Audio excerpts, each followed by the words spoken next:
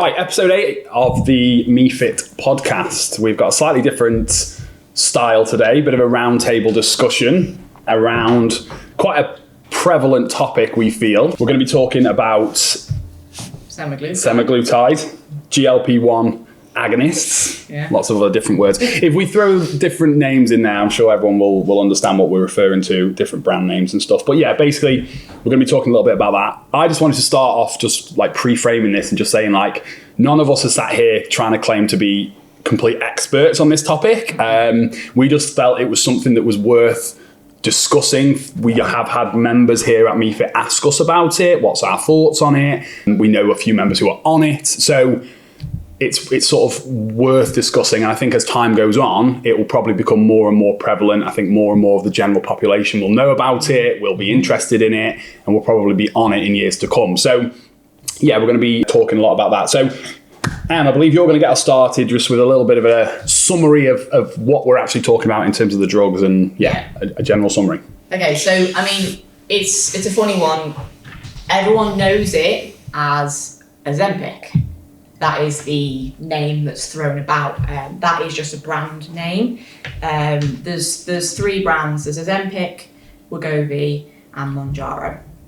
Wegovy and Mounjaro are the ones that you will hear about that are kind of prescribed to the population, and then Ozempic is actually, in UK anyway, purely for diabetics and those who suffer with it. But the actual drug itself, it's a semaglutide, which is, that's a hormone, and it's a GLP-1 agonist. So what that does, in essence, is it increases the levels of hormones that are naturally produced by the brain and the stomach when we eat. It works by helping your body to produce more insulin, and it reduces the amount of glucose or sugar that's produced by the liver, slows down how quickly your food is digested. So it helps to lower your blood sugar levels, which is why it's given to diabetics. But for most people at the moment, it's to lose weight. Yeah. Mm-hmm. Yeah.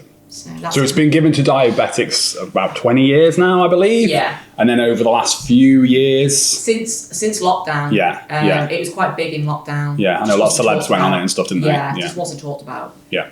And now it's... Why in lockdown? Do we know? Like, what sparked that? Is it just because people were struggling with... Yeah, I think especially, weight? I know in America it was big with the celebs, as you said. I think people were starting to gain weight, and it was a way that they could keep their figures makes sense. ready for when lockdown ended, which a lot did. And then from there, you see someone, it's like a walking advertisement, isn't it? Yeah. You see someone, they've lost weight, have you done that? Yeah. I'm on this. Oh. Yeah, it's going to spread. I think that's why it's going to, like you said, it's going to spread a lot. It's going to be in the next 5-10 years. I think it's going to be huge, and probably a lot more accessible as well. I think this happens with drugs, doesn't it? They start off, they're very expensive because they're niche, and the kind of the companies like rely on that. But then as the demand goes up, the production will go up and the cost will come down. Because currently, what, 200 quid a month-ish? Yeah-ish. You know, maybe more. But obviously, as time goes on, which is slightly unfair, isn't it? Yeah. In a way, because only the people who can afford it can could access it, unless they get it. Can you get it medically in the UK? Can you get it medically prescribed yet? Or I think if you are at a certain level, I think the doctors can prescribe it to you. But I still think there's a cost to that. I don't think it's completely free. But as of right now, most people, like anyone we know who's on it, are paying for that. Yeah, between $150 and $250. Yeah, per month. Yeah, so it's quite a lot of money. But if it solves a big problem, then potentially money well spent. Yeah. All right. So what? As far as we understand, then, what are the main benefits to taking it or injecting it, as we understand it at this moment? So in the last few months particularly, they've realised that it's not just affecting your stomach, it's affecting your brain. So what that's doing is people are sure they're getting fuller quicker, so they're not eating as much, which we know you're going to lose weight if you're not eating as much. Some people's appetites have changed in terms of like what they want. So some people who were craving like alcohol or a glass of red wine have found that they don't like it. It's almost like their taste buds have changed, their taste for things. People who would eat fast food beforehand, quite a lot of it, we're finding that actually now they've got no desire for fast food at all. They'd rather have healthier options. So what if you're full? That's the stomach effect. If you're not craving it and you don't really want it anymore, or your desire for food, that's more the brain effect it's having. Yeah. So it's stuff that you said, the noise. Yeah. So it's like there's been shown to be the Mounjaro one's shown to affect more like physical side of it, and then the Wegovy has been shown to affect more of the brain side of it. So I know for people that have suffered with like eating disorders and things like that, they've gone towards the Wegovy one. But then we're talking about food noise. It's a good. I think that's a good term to use, like food noise, as in you just can't stop thinking about food, whether you're really hungry or not. Yeah. And you said it's quietened that. It helps to quieten that down. Yeah, and that's quite. We've got members here that are on it, and they've all kind of said the same thing. Like, they don't even think about food, or like if they're in a coffee shop and there's like some nice treats, they're not even bothered by it. They don't. It's almost like they don't even see it anymore. It's really strange. So that side of it, again, that's going to affect the way you eat in general. The fact that the drug, say, fills you up quicker, you're not eating as much, and then you're a bit more like level through the day because your insulin levels have been affected as well. So that GLP-1, that's produced naturally, but only in very, very small doses when you're consuming food. Yeah. Obviously, when you take this drug, it's fucked up massively. And stays at that level. Yeah. Rather than being up and down like Yeah. So like there's normal stuff like eating fibre and stuff, that'll bump it up, but it's not. It goes straight back down. Yeah. Whereas the drug keeps it up. Yeah. Consistent part. Yeah. So you can see why it's effective because like you've had a big meal, the last thing you want to do is eat that. Like sometimes you've had a big meal and like, I know if I've done it, if you have like a takeaway or something quite a lot and then you look at the leftovers, you're also like, oh, like I just, you don't even want to look at it. Like you don't even look at that. And then if that's how you feel constantly. For some people, other people are like, oh, you're not eating that. But even I get to that point and I can eat a lot. Even I get to that point, I've had enough. I'm like, I do not want to even look at the rest of that. Like that just looks horrible to me because I feel really full. You feel bloated, all that. So that would apply to these people in a smaller portion of food. Yeah, exactly. And like, if you're like nausea is a massive side effect of it, but then studies have shown that we don't have a good correlation between being full and then like your body's either full or it feels nauseous. So they're just feeling nauseous all the time and actually their body's just full. It's fine. It's like it thinks it's full anyway. Which is how you feel after you had like Christmas dinner. Yeah. And you're like, oh.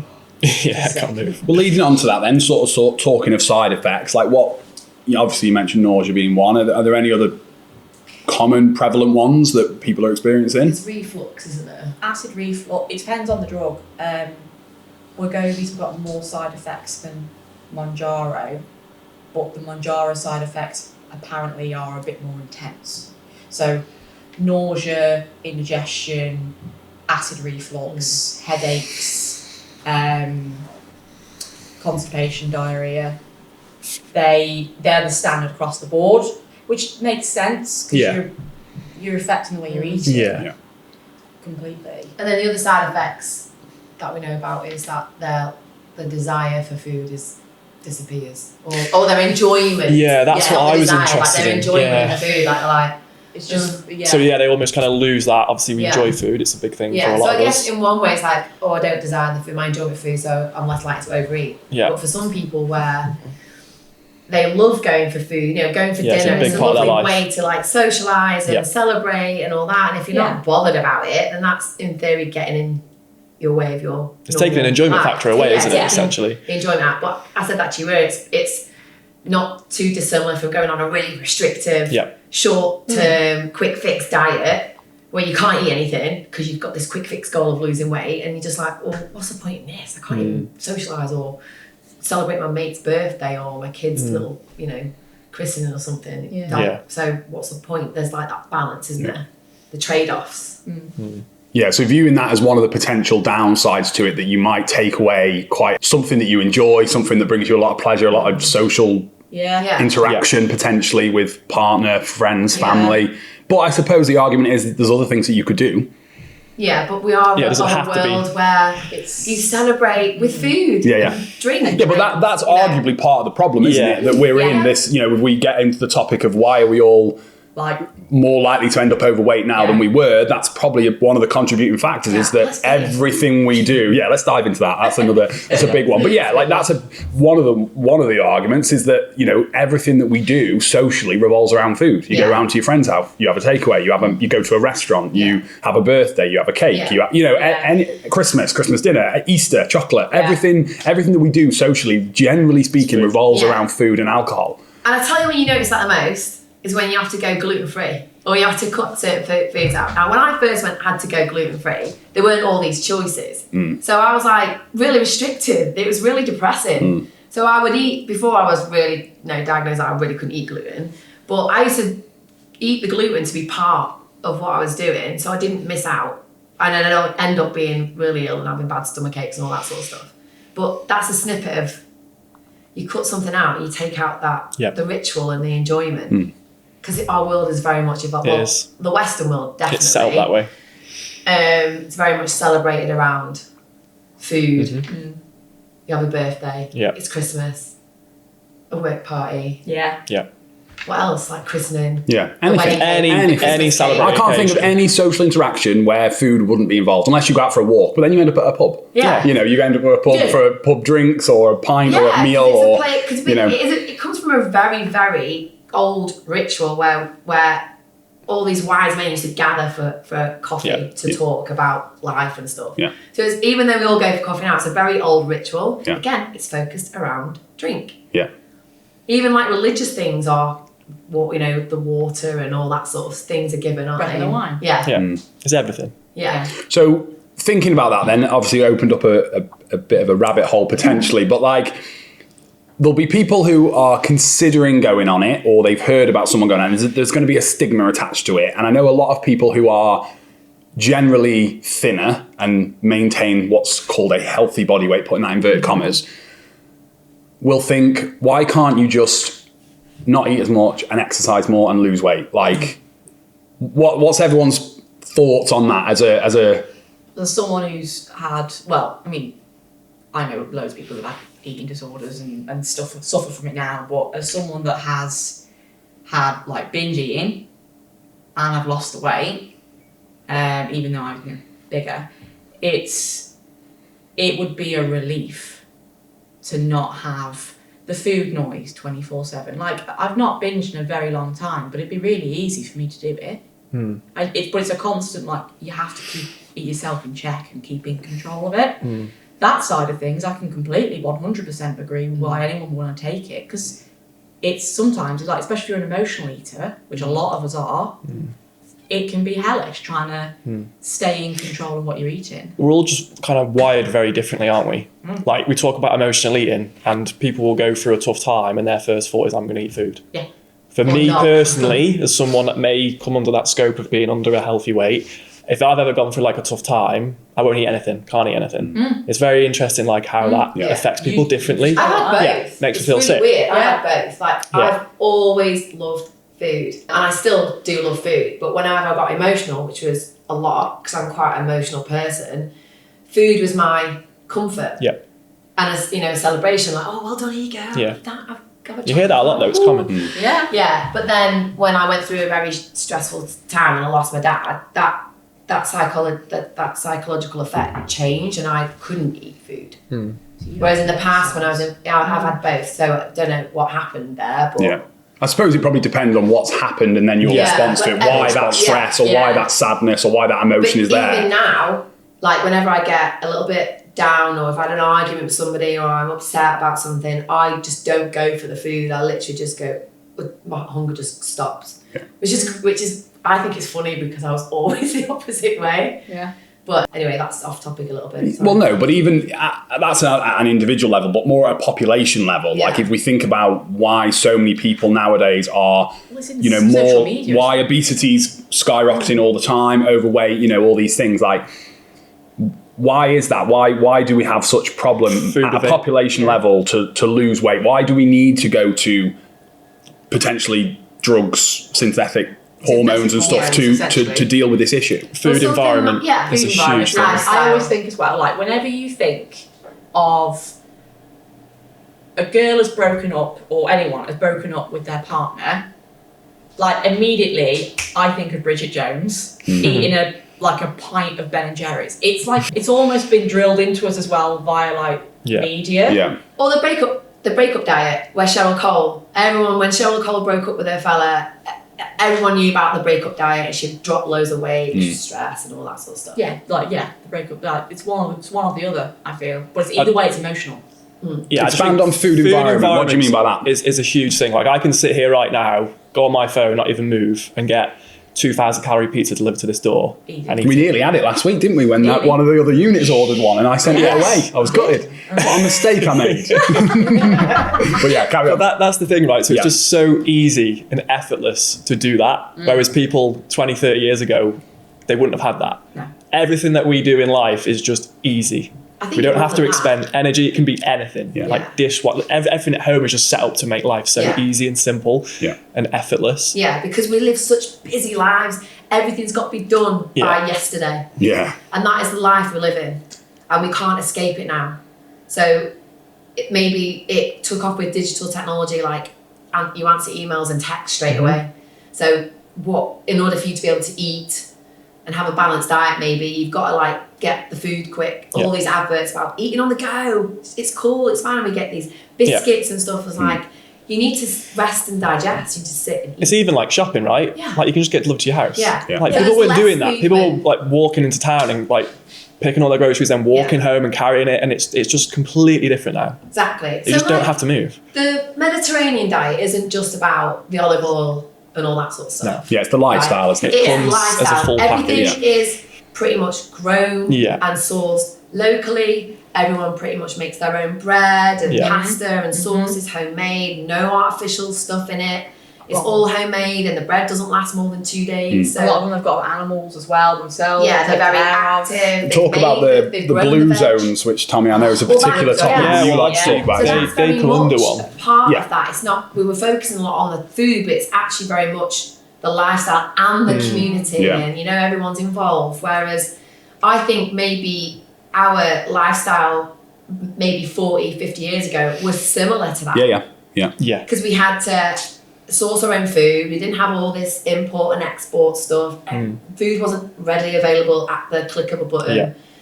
So that's where the obesity epidemic started increasing, purely because fast food was increased and resources availability was increased. And it's only going to get worse. And you can see that in... of course, as humans, we're always going to go for the easier route.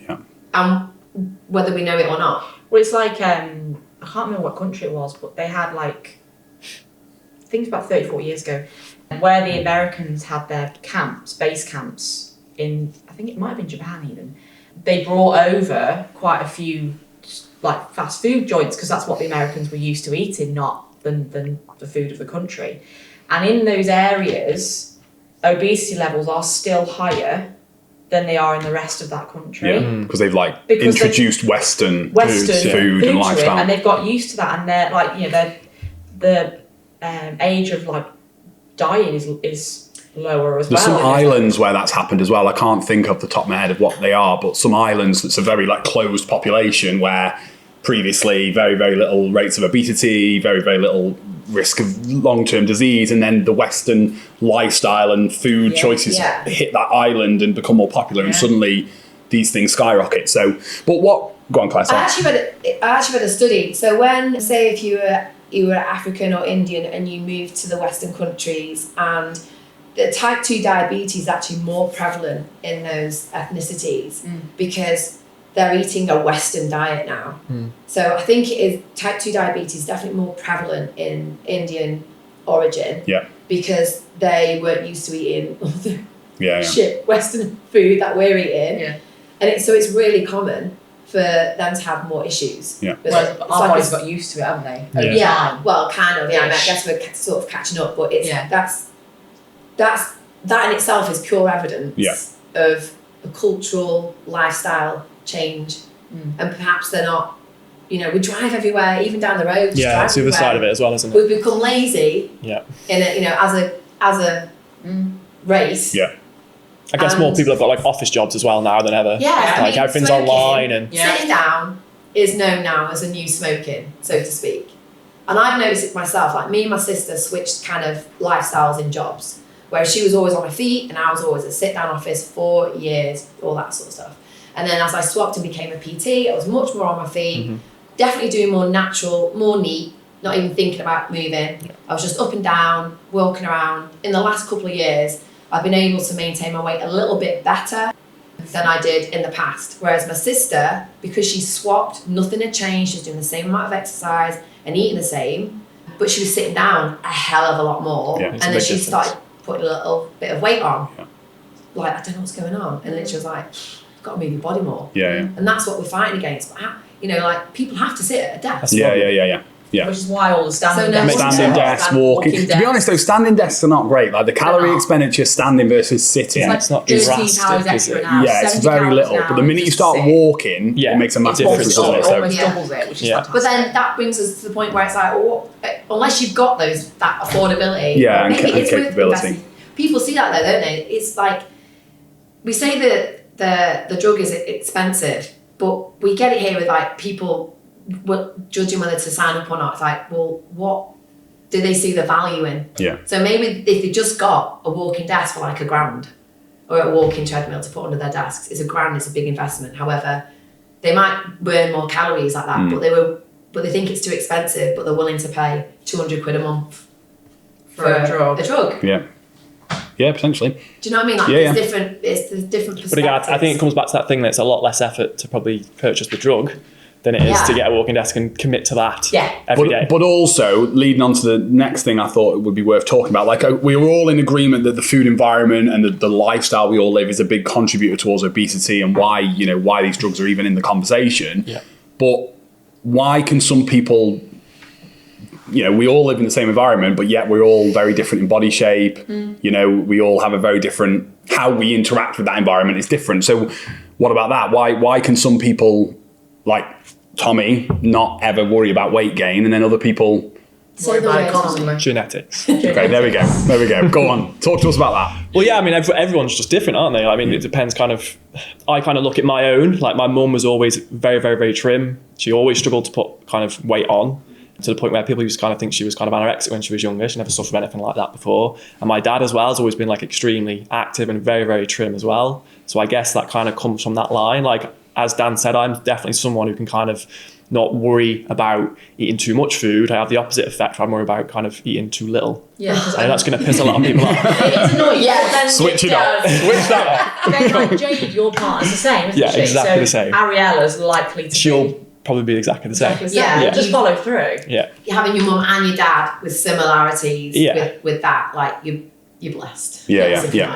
So your environment you've grown up in, your genetic profile that you can't do anything about. And I suppose the point I'm trying to kind of get at here is like, for anyone who's listening to this and thinks, oh well, the stigma that some people still think is that people who are overweight are just like lazy and greedy. And I think that is hopefully starting to become less of a thought process, because when you look at the research that's been done on how much some people struggle and the reasons why people struggle and all the contributing factors as to why someone become obese, it's not just as simple as just stop eating so much and start exercising more. Like, yes, that in theory is what they need to do, but how that person actually achieves that is going to be very different, isn't it? There's many layers to it as well, right? So like, it's not just, it's knowledge around it, it's genetics, like you said, and then, well, that's how my mum and dad do it, so that's how I know to do it.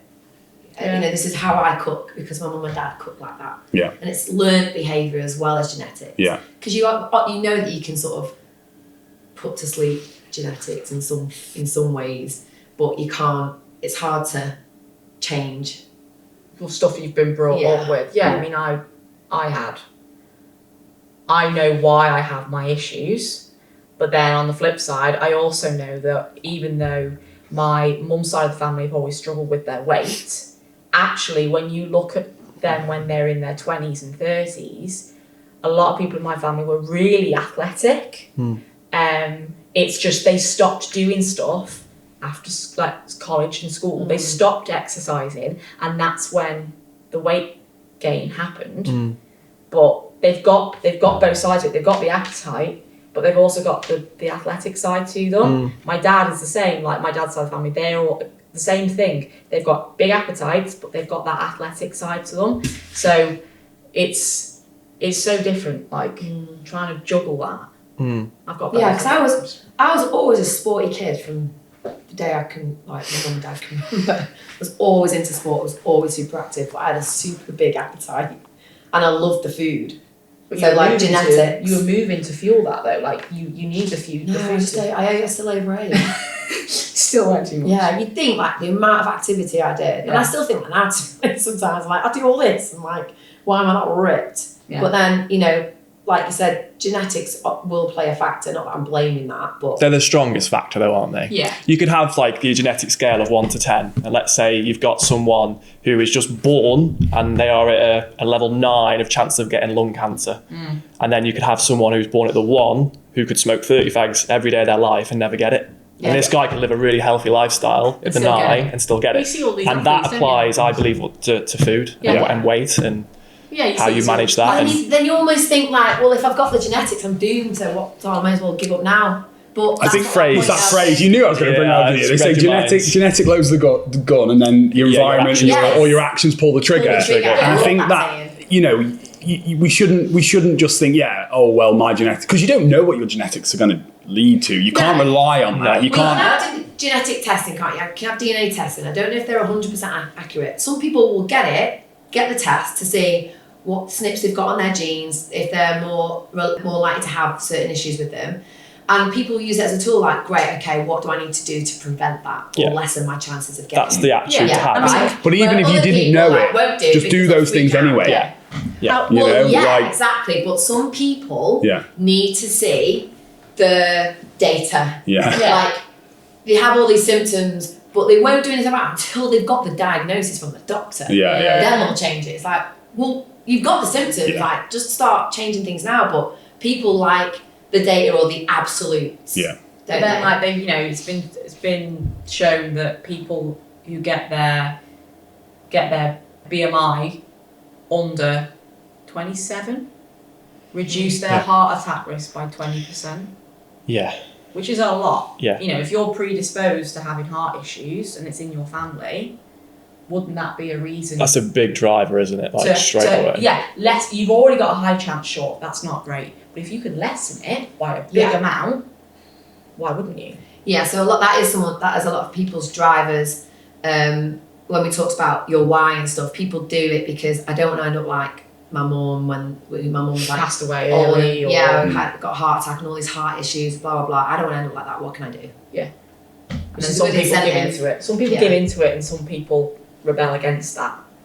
It's finding ways. You can see why people do have that mindset as well on the flip side. Just thinking like, oh my god, this is impossible. I'm like ballooning in weight. I'm really struggling with this. So hence why the jug would be there. They feel like is their only option rather than digging into the dirt of like what's caused this. Which as much as I like to do that, sometimes I'm a bit like, God, do we really have to dig into why I've got here and all this? Let's just deal with the symptoms rather than deal with why it's there in the first place. Like, it goes against the grain for me in a way, like, if you've got a problem, let's figure out the root cause of it rather than just putting a plaster over it. However, who's to say that if you just deal with the surface level stuff first, and then once you've got, I don't know, the food noise down or whatever, you can maybe look at other areas. Do we not just think, though, that based on what we know from research that's been done, like, the vast majority of people don't lose weight. Like that's what the data shows us. There's outliners to that. Like we can all think of someone who has lost 5 stone, 10 stone and maintain it over a long term. But generally speaking, they are the minority. So regardless of whatever approach we all take, realistically, the vast majority of people are not going to they're not going to lose the weight and get back to the BMI of 20 or 27 or 25 or whatever. So like, do we not just think that maybe these drugs are just the solution to that? That, you know, have we just, as society, just found answer to the problems that we're facing in these drugs? Like if it has, it'll be... We'll never really know, like all the other drugs that came out for another, I don't know, 5-10 years. Yeah. Like with a lot of things. I think what will be interesting, because this is a tool, right? And if it's used wisely, great.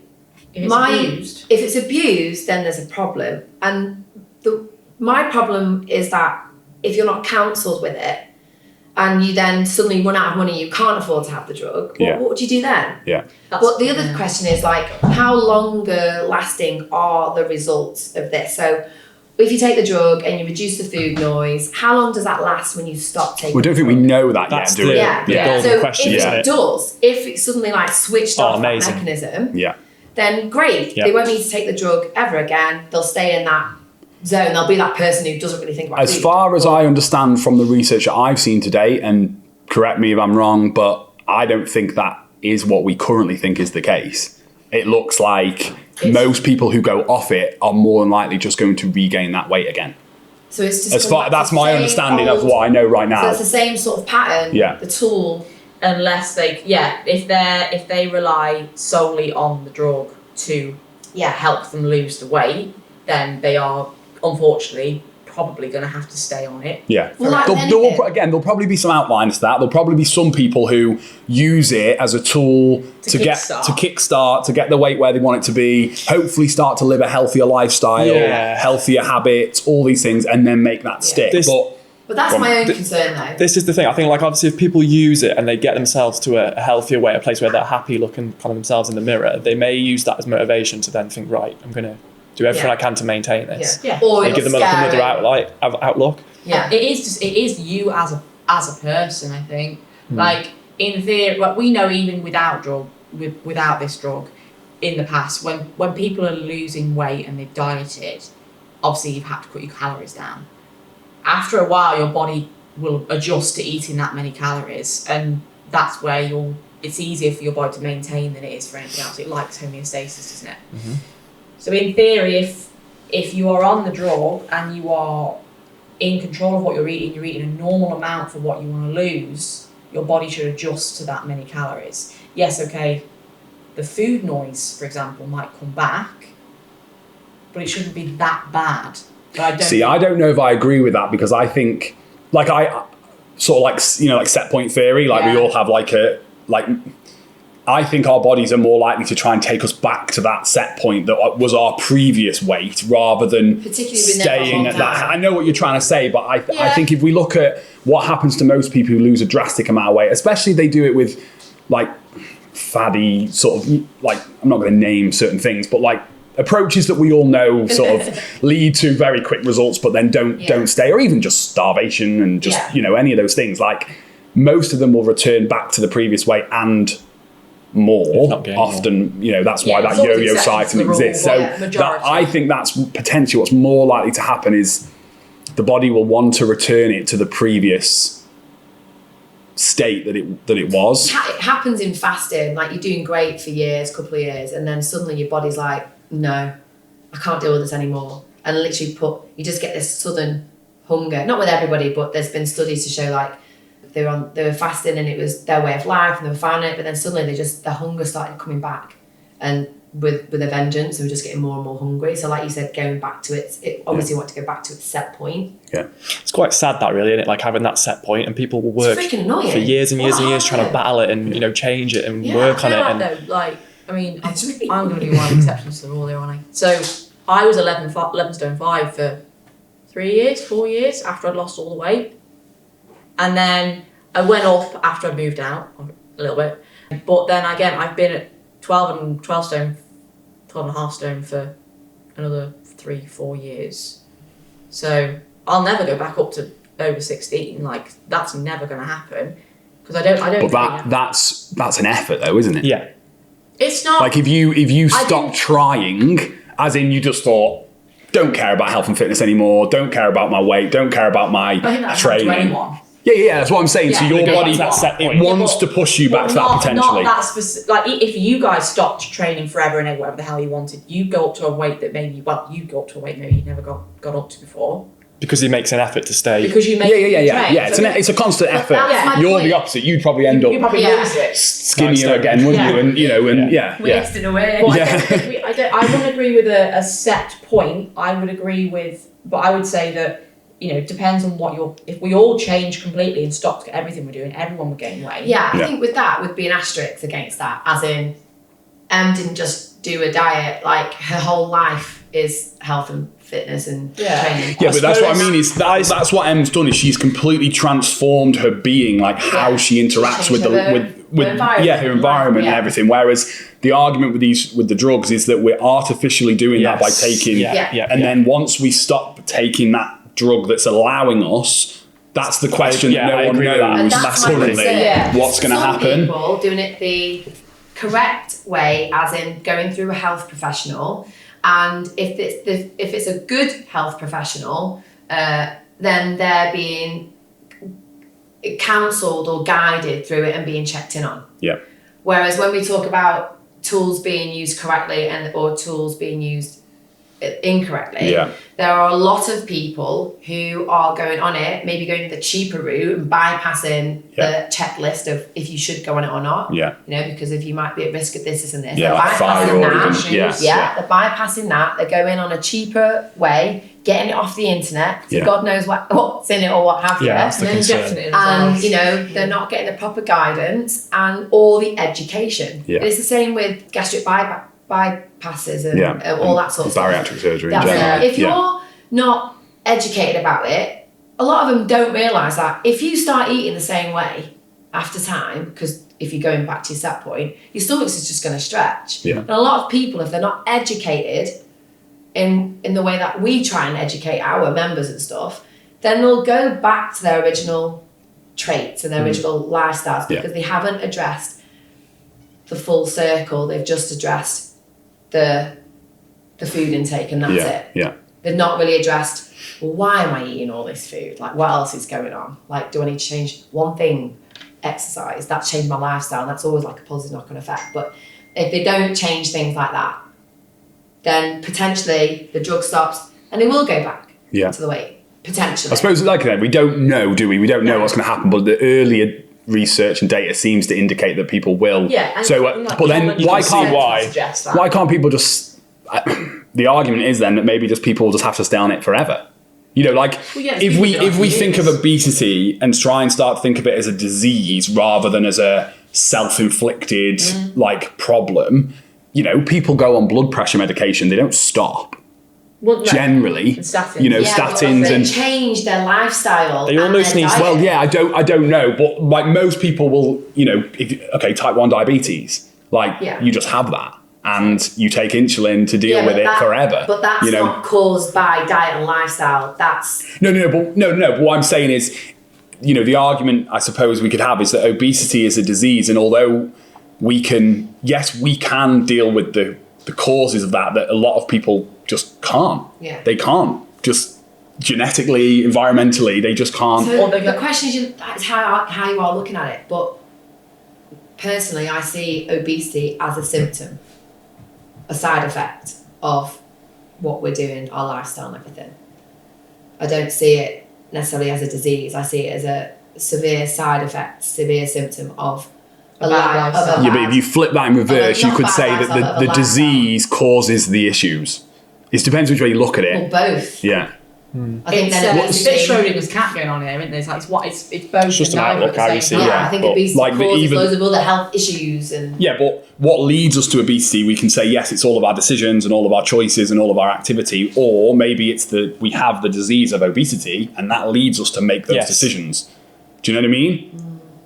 And if it's that way, then we can view the drugs differently. We view them as they are just helping you manage your disease, which is obesity, and that is giving you a better chance of dealing with, do you know what I mean? Like, rather than viewing it as a fighting chance. I think it throws you a lifeline, but I still think that the person needs to fundamentally change. I agree. Of course I agree. You as an example, like, you have fundamentally changed in terms of how you view fitness. It's part of your life now, that's who you are. Previously it wasn't. And that's probably the case for a lot of people. Yeah, if people want the weight loss from this drug to last forever, they are going to have to change their lifestyle. Or they stay on it. Stay on it. So you either commit and make some massive changes, because there is going to be somewhere going to need to be some changes. Yeah, absolutely. Or you don't. You deal with you just pay for it and stay on it forever. But then I suppose you could say, like, well, maybe the dosage could come down. Maybe there might be, in future years to come, there might be a maintenance dose where you take, an injection a week for the first 6 months, 12 months, whatever, and then you go down to one injection a month. Maybe every 6 months. I don't know. I don't know the biochemistry of it. But progress in the next 5 years, like you said, it'll come down in cost, so people will be able to be more accessible. Be more accessible if there aren't any crazy long-term side effects. That's what we're waiting to see. There is some really big, scary side effects of it. Thyroid cancer is one. If you've got predisposition to increased by 70-80%. Yeah. No, not that much. 10 to 15. 10 to 15. It's low, but it's still there. I thought the chance of getting it was really high, but the actual risk of people getting it's very small anyway. No, it increases your likelihood, and this is listening from another podcast, 10 to 15%. I don't know the exact data. That's what I heard, but I think people don't. This is a completely different topic, so sorry going off tangent, but people don't understand risk. And I think risk is really poorly described in the media. So the headline will be Ozempic or whatever increases your risk of thyroid cancer by 10 to 15%. People think, oh my God, that sounds horrendous. But if your risk is tiny, which it generally is in thyroid, like it's 1 in 1,000 people or something. It's quite a low, it's not super low, but it's lowish. If you've got it's 10 to 15% more of a low risk. You know what I mean? It's not, if you take this, you are 10 to 15%. It depends what your risk you're going to get it. You know what I mean? Depends what your risk 1 in 10 or 1 in whatever. Yeah. It's taking it from 1 in 1,000 and adding 10 to 15% on that. Yeah. And that's what I think people miss, the relative risk versus the absolute risk. Yeah. So when you hear that, you think, oh my God, but... That is so misleading, isn't it, in the media? Yeah. That's what sells, isn't it? Yeah, that's what sells newspapers. That's what gets clicks on the internet. But, that's why you've got to be really careful when you think about risk of side effects. When you take it, there is a lot that gives you all the side effects, sure. But it also says, like, what you can do to counteract them as best possible. So, you do have to work to make this work for you. Like the risk of pancreatitis is, increased when you take it because of all the effect it has on your insulin, your liver, and everything. So could that essentially give you type 1 diabetes if you get pancreatitis in your? Potentially. Oh God. But it tells you need to be drinking more. I think with this, my thoughts on the whole risk thing is you've got to, with any drug, you've got to think what's the risk versus what's the reward. And if we think of obesity and if we can solve the obesity crisis and epidemic and the associated issues that causes people, both on an individual level and at a population level, is the increased risk of, worth it? Yeah. And the argument is that we don't know, but potentially it is. Well, right now it seems like a good option. Yeah. Because, like I said to you the other day, like, are we just failing at what we're trying to do for people? But it's like we're kind of fighting a big battle here because we're trying to undo 40, 50 years of lifestyle changes. We can't just suddenly tell people, guys, you've got to stop going to the supermarket and start raising your own cattle and making your own food. Like, does anybody know how to make their own pasta? Everyone's got to do their own source their own food. And I know your work's like in another city, but you've got to walk there now just to get in. I know that's a bit exaggerated, but that's we're getting what we're almost. You can make the argument that we're fighting a losing battle, and I don't think all of us sat here as personal trainers think, oh God, like that's not good news for us. But I think the one thing that we've not really discussed, which I think is really important, is like weight loss. This is a different debate for another podcast potentially, but like links in there. It does link in. Like weight loss in and of itself, we don't actually know how beneficial that is for our health. because, and we've been having a lot of debates about this, like there's no studies out there that have actually ever seen that result, because people generally don't lose weight and keep it off for any length of time to even study them. So, but what we do know is just by increasing activity levels, leading a healthier lifestyle. So my hope with these drugs is that it leads people to live a healthier lifestyle, allows them to exercise more regularly, eat a more well-balanced diet, reduce alcohol intake. I suppose this is our argument as a gym who promote fitness, and because it would be easy for people to think, God, like maybe people don't need to go to the gym. And we've actually heard people say that. A client said to us that then their colleagues or friends or someone's like, oh, well, don't bother going to the gym, just go on this drug, it's 200 quid a month and you'll lose all the weight. I mean, that drug was also incentivised. It was a drug that they got, I think, off the internet. It wasn't by a healthcare practitioner. Yeah. And if you got your friend on it, like a pyramid scheme, they're incentivised, you get your next one free. So like, that's my issue. That's where this could potentially go, though, multi-level marketing businesses. It does, doesn't it? Yeah. But she was literally told, why are you bothering going to the gym when you can come on to the drug like us? And then she looked at them all who were having accidents and feeling sick and having stomach aches. She's like, I'd rather go to the gym because I actually feel she lost just as much weight as them, and she was like perimenopausal age. Yeah. But she felt so much better. Yeah. So that's my other discussion. Like, the reason why we promote health and fitness and encourage it is because it's not just about weight loss. That's the point we really need to clarify. That's the stigma that we have to battle. Like, a lot of people will go to, like, they'll need to lose weight and then think, all right, I need to lose weight, I'm going to go to the gym. Yeah. But we know, like, the gym in isolation isn't a very good tool for weight loss alone. Obviously, nutrition takes the biggest role of that. I mean, to promote healthier life choices and stuff. Healthier, stronger, fitter. But doesn't always make you leaner. No, very rarely does. Exercise as a standalone intervention is very ineffective for weight loss. Yeah, how many people have we had that have started here and the first thing they say is, God, I want to lose weight? Yeah. But then you're like, it's so funny, you look at, like, especially the younger generation at the moment, like, who've just started going to the gym. A lot of them would say the same thing. I went to the gym to lose weight, but now I'm like on a bulk, and I'm like, I want to get more muscle, and I am. Yeah, they discover what it offers. Because they are. Yeah. And how many people have we got here who, like you said, came to lose weight, that was their initial goal, I want to lose weight, but then actually all the other benefits that they achieve, better energy levels, better sleep quality, stronger, fitter, they feel more confident, all these things completely outweigh because for a lot of these people, they might not actually lose the weight that they thought they wanted to, but actually they realise, I don't care as much about that as what I thought I did. And to be honest, the positive knock-on effect really is that they feel so much better, they train more, and because they're not depressed, they've got more energy and they're in a better mood, they're less likely to go if they are an emotional eater, they're less likely to eat the shit to comfort them because they need the comfort. They're just happier. Positive. And we all know that exercise is like an antidepressant. It releases all the endorphins and dopamine in that process.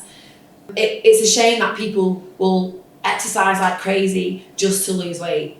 We've seen a big like trend of it with ladies, the cardio bunnies, realising that they're just chasing their tail with it. Yeah. But yes, that's my thing again, I guess, like taking the drug for weight loss, but if you're not doing anything else, doesn't mean you're still gonna be able to like get up off the floor in your 60s. And that's the argument I've been kind of making, I suppose, when we've had these little discussions that we've had here at the gym. We talk about this stuff all the time outside of these podcasts, don't we? We're very sad. That's why we're doing this. But like, we don't really know how effective weight loss is for our health.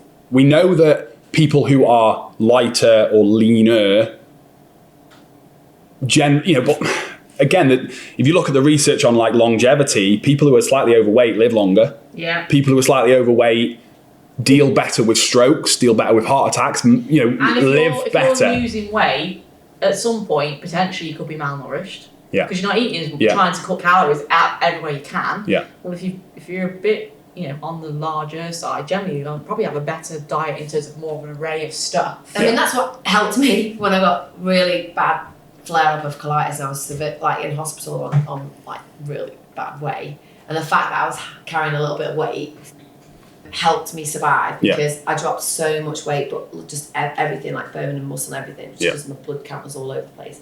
And I think that little bit of weight that I was carrying helped me get through. I think, don't they say that about like kids with puppy fat? If kids are too thin, and they're ill, they'll lose loads of weight. Yeah. Like, it's healthier probably potentially for that kid to have a little bit of puppy fat. They've got, that's what the data shows, and this isn't me sat here trying to encourage people to be overweight. Yeah. But if you look specifically at the data on longevity, people who are, and it's important to distinguish between slightly overweight, i.e. like, not that BMI is the be all and end all, but BMI of what, like 27 to 32 ish. Yeah. I'm not saying, morbid obesity is healthy. Like, we know that poses some serious health risks. So, just to make sure it's clear. But it's not clear though, is it? No. It's not clear. And we think to lose weight, you've got to be super lean. Yeah. And all these lean people, like, fitness models, they can't or they shouldn't be in that lean state. They should only be in that lean state for a photo shoot or a competition. Oh God, and there lies the problem. Like, if they're in that lean state all the time, they are at risk of health issues. How many fitness influencers, girls particularly, who have, and ones who've done like competitions where they've been ripped and shredded, have freely admitted their hair fell out, their skin was awful, everything, their insides stopped working, even their teeth, their teeth were all went to shit. But that's another huge problem out there, isn't it? Depressed, hungry, like the skinny, ripped as hell, look great, but miserable as hell. Behind the scenes, underneath. Because a lot of people look at that and go, "Oh, they're so healthy. They're not though. They're so fit. They're so strong." But even they admit they weren't. But people still. It's almost like they. That's all aesthetics, but it's like. So I think our role fits in is helping people understand that balance and educating them that there's more to life than being thinner and skinny. Yeah. Can you lift? Can you get up off the floor without holding on to something in your 60s? Yeah.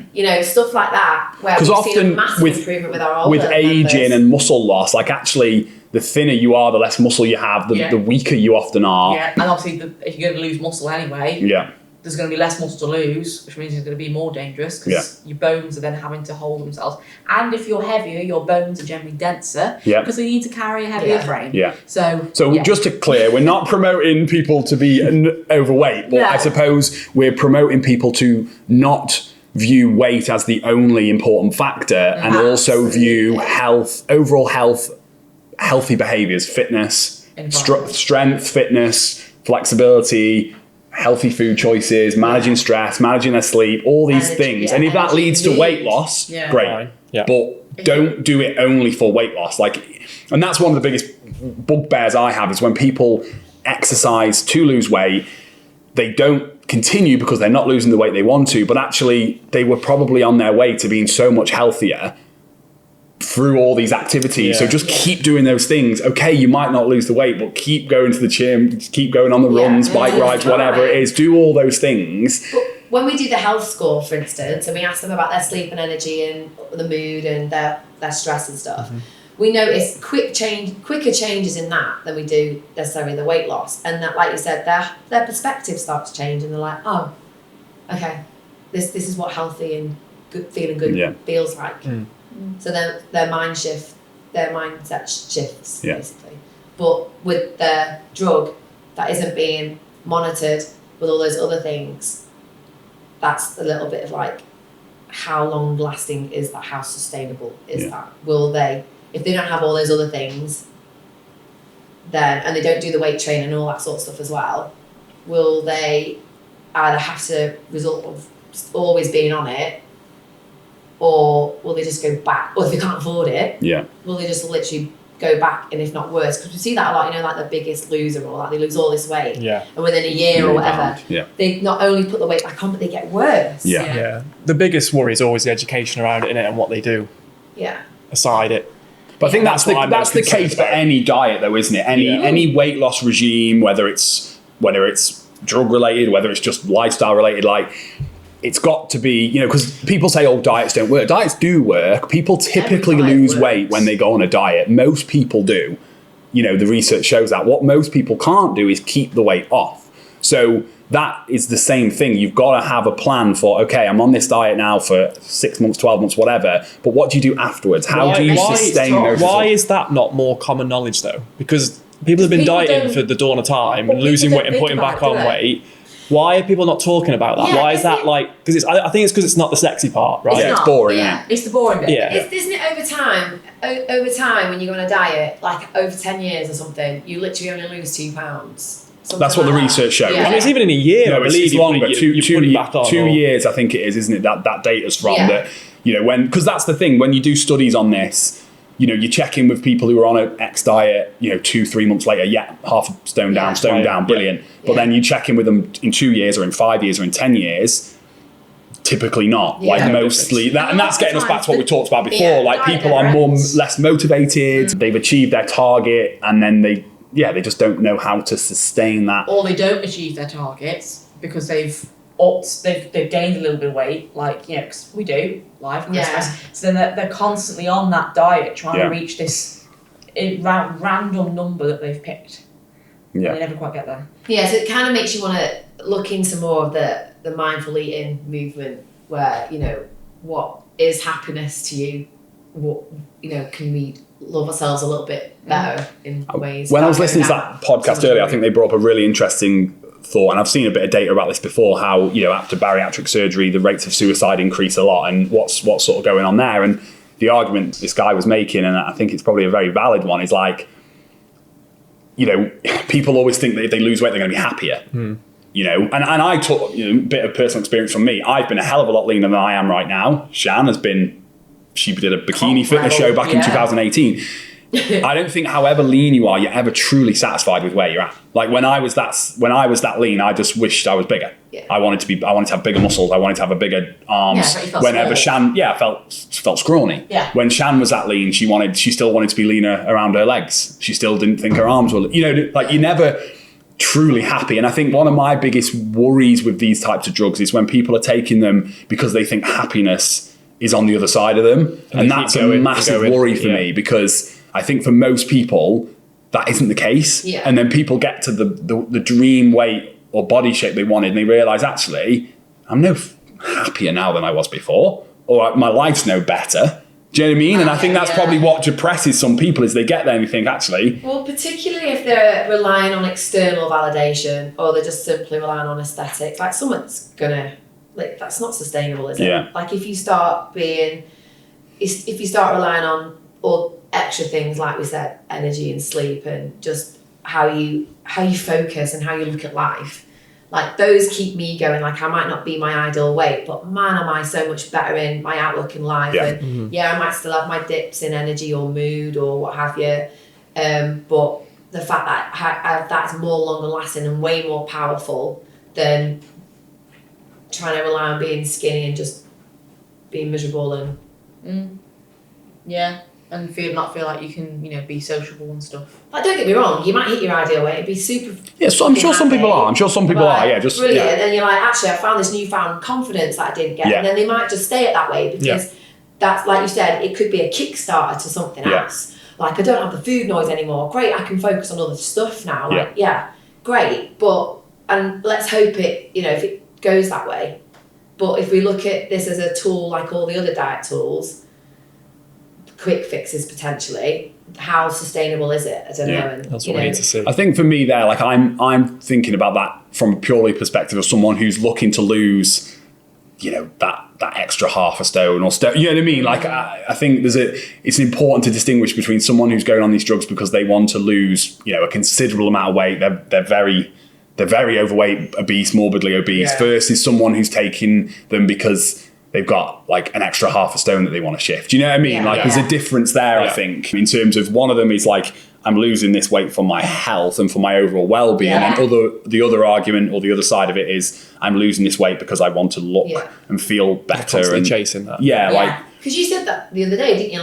Some people who are severely obese who can't really move, it's a cracking something like that. That's quick and effective. Would be a very good tool to get them moving better. And the more they move, the better they'll be. That's the tool. Lose weight to be able to move and live a healthier lifestyle. Yeah.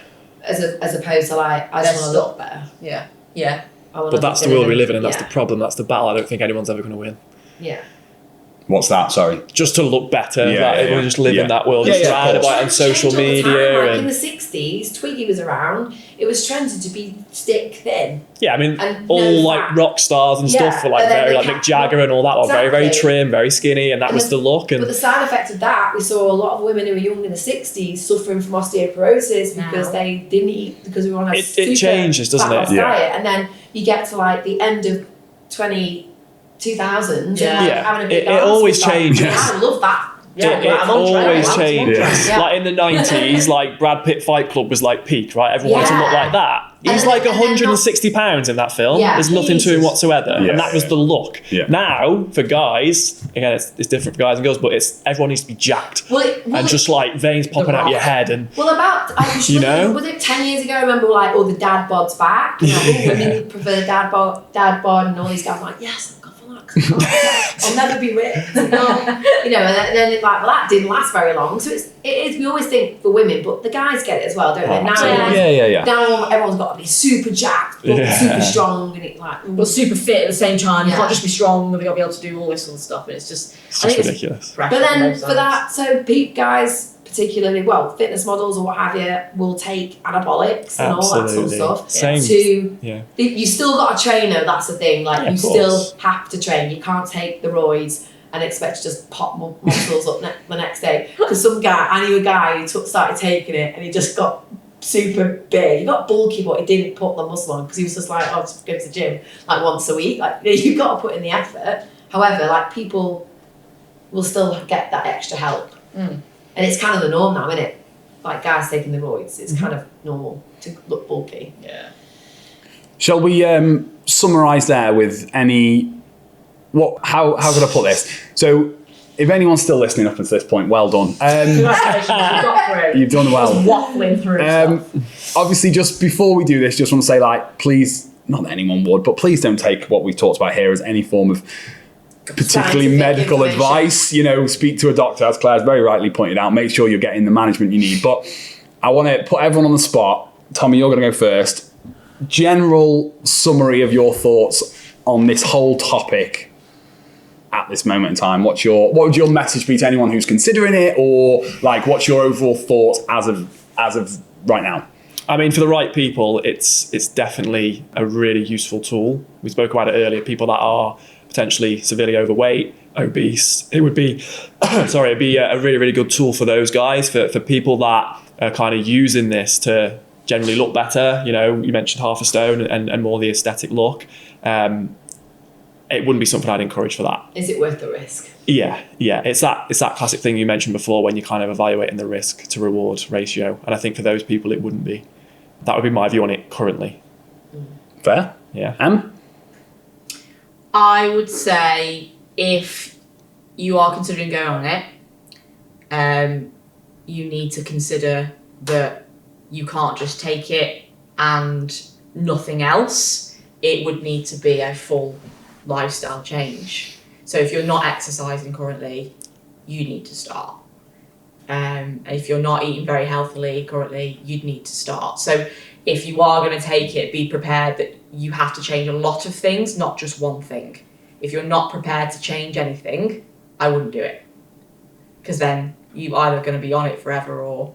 I was going to say, unless you're willing to go on it forever. Yeah, unless you're willing to go on it forever. But I don't think anyone really wants to do that. So yeah, that's what I'd say. If you're willing to change everything and be on it temporarily, go for it, get the results. If you're not willing to change everything, but you're happy to stay on it forever, then that's on you, but I wouldn't recommend it.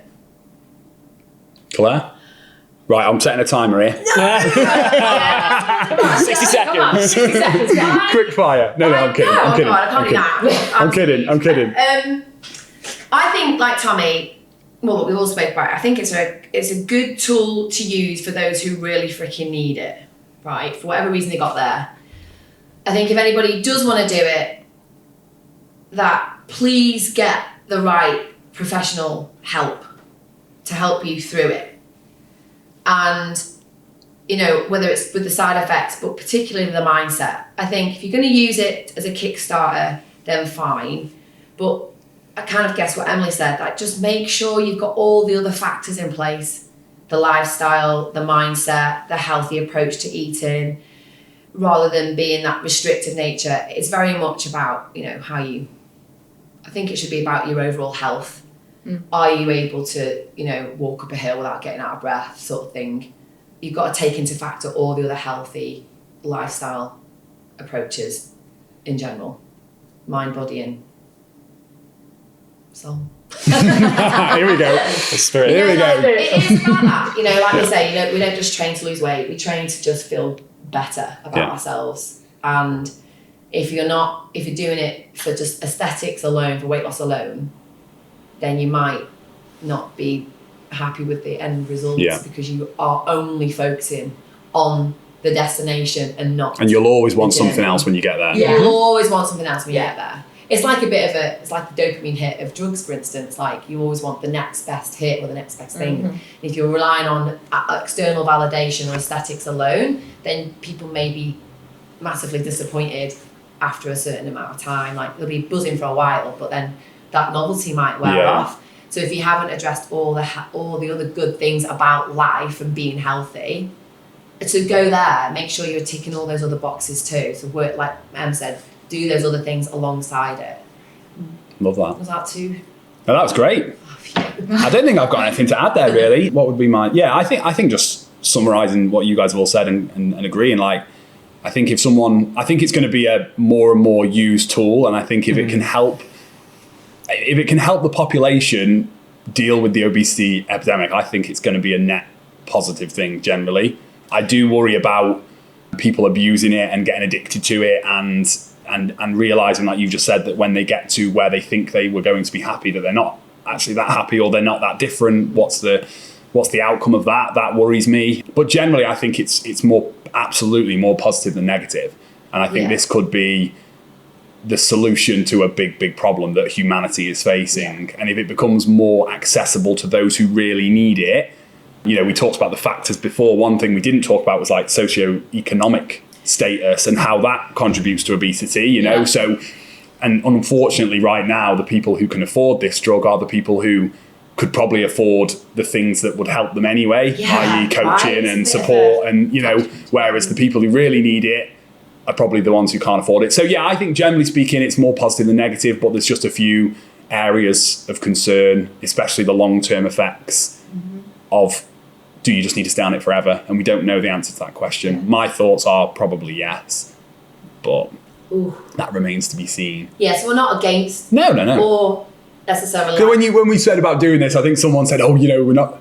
No one's going to just bash it, but like I don't think any of us are that in that mindset. I don't think we're that peak. No. I don't think we. But there will be a lot of personal trainers, whether any of them listen to this or other podcasts, who hate the thought of this. Yeah. And I think I can understand it in a way. Like you can view it that like people are thinking, well, that drug's going to take away the business that we have. But I think the more time goes on, hopefully we can continue to promote that weight loss isn't one of the key things that we help people with. Yes, it is a factor and it's what sells, but a lot of the results that we get with people is not really to do with weight loss all the time. It's lifting, it's strength, it's confidence, it's fitness, it's the ability to get out of the chair, it's the ability to play with your grandchildren or children or whatever. And you don't get that just from weight loss. No. And that's the argument I've been making recently when we're having these discussions, is like, sometimes you might lose a stone, but healthier. Better off for it. You just weigh a bit less. You're not stronger. You're not fitter. So if you don't do all the other things. Yeah. If you just lost that weight, it'd be weird for us not to talk about it. I think we're really open-minded people. Yeah. I think that's why we're good at our job. Yeah. But some other PTs out there or health professionals might not be. Yeah. Because you need to have an open-minded approach to things and. People are so different. And like you said, the risks to rewards. And I think the more people understand what we talked about in terms of the different factors that go into obesity and how obesity isn't just you're lazy and greedy and you need to get a grip. I think the more people understand that, the more likely they are to think that actually this could be the solution to a big problem. Yeah. Whereas I think if you've got that mindset, you're going to be thinking, you're just cheating the system, just stop eating as much and stop going to McDonald's and blah, blah, blah. Yeah. But we know that, okay, yes, there's an argument for that, but I think there's a deeper rooted issue. That McDonald's went under. Because there is talk of that though, isn't there? A lot it's of all about podcasts, fast foods and like jewellery, hip replacements was mentioned, down in the stocks. So if obesity is one of the issues for the crisis on the NHS, imagine like there'll be less operations, less A&E and all that sort of stuff because the obesity epidemic has just gone. So you can see I think this could be a huge shift. Like, I'd be really interested in like 5, 10, 20 years. Like, that's what if this just becomes something that everyone has access to, like, some companies are in the shit. Like, us maybe, but but high calorie foods and you never know. Like, we could get a super influx of people coming in because they're not suffering from their weight. Because we know that some of the barriers of members starting here is because they're very overweight. And that's been the one they want to get here to lose the weight and feel fitter and more advice about nutrition and stuff, but they feel too big to be here. Too self-conscious to go to the gym.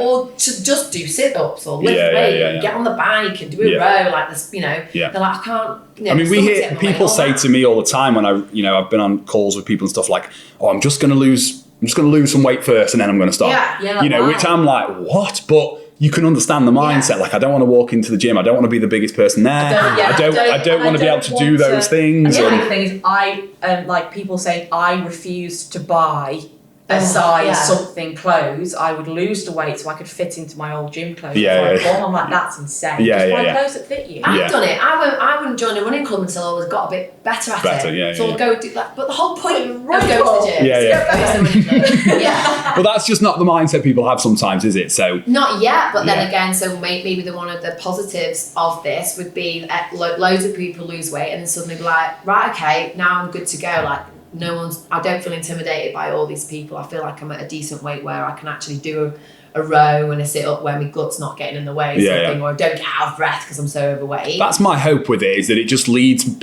more people to live a healthier lifestyle. But I suppose the argument is that you could do that without the drugs. Just start living a healthier lifestyle now. That's my main summary. It's just do all the things that you need to do to be healthy as you can now. Do that for 12 months and see where you are. And then if you still want to lose the weight and you've not lost the weight and you're doing everything you feel you need to and you still can't lose it and you really want to, then do it. But don't skip the step of doing the lifestyle changes that you need. If you can manage to sustain them. But for a lot of people, that's almost what we do, regardless of whether it's weight loss or anything. Like, I've got this wrong with me. Here's a tablet. I'm depressed. Here's a tablet. You're not asked about, well, what's causing that depression? Here's an SSRI. Or I've got high blood pressure, here's a blood pressure tablet. Or your cholesterol's high, here's a statin. That is the world we live in. Where, in actual fact, people like us are trying like, well, you might have to go on this medication. And deal with all these other side effects and then probably go on the other medication for that side effect. Like, people are rattling around for one issue at the beginning where they get all these other issues because of the side effects. Whereas actually, all they needed to do was maybe eat, not even try and cut their calories, just look at the types of food that they're eating, just walk a little bit more. And it sounds really simple, but it's not all necessarily a quick result. And people lose motivation, and if they're not looked after by people like us. So I think there will always be a role for us. I agree. Right, we're going to have to finish up there, guys, I think, because else we're going to go around again, I think. So, fair play to anyone who's sat through that and listened to it. I'm so proud of you all. And hopefully anyone who has listened has found that somewhat beneficial. I suppose we all reiterate, please go and get the right support around you if you are considering these types of drugs, whether that's your GP, whether that's I don't even know what the system would be, but just don't buy it off the internet. Don't buy it off the internet. Don't buy it off your friend. Don't do that. Buy it or get it through a proper company who are going to look after you, give you the support and the guidance and the encouragement that you need, and do it in the healthiest way possible. Please. Absolutely. Good. Cheers, guys.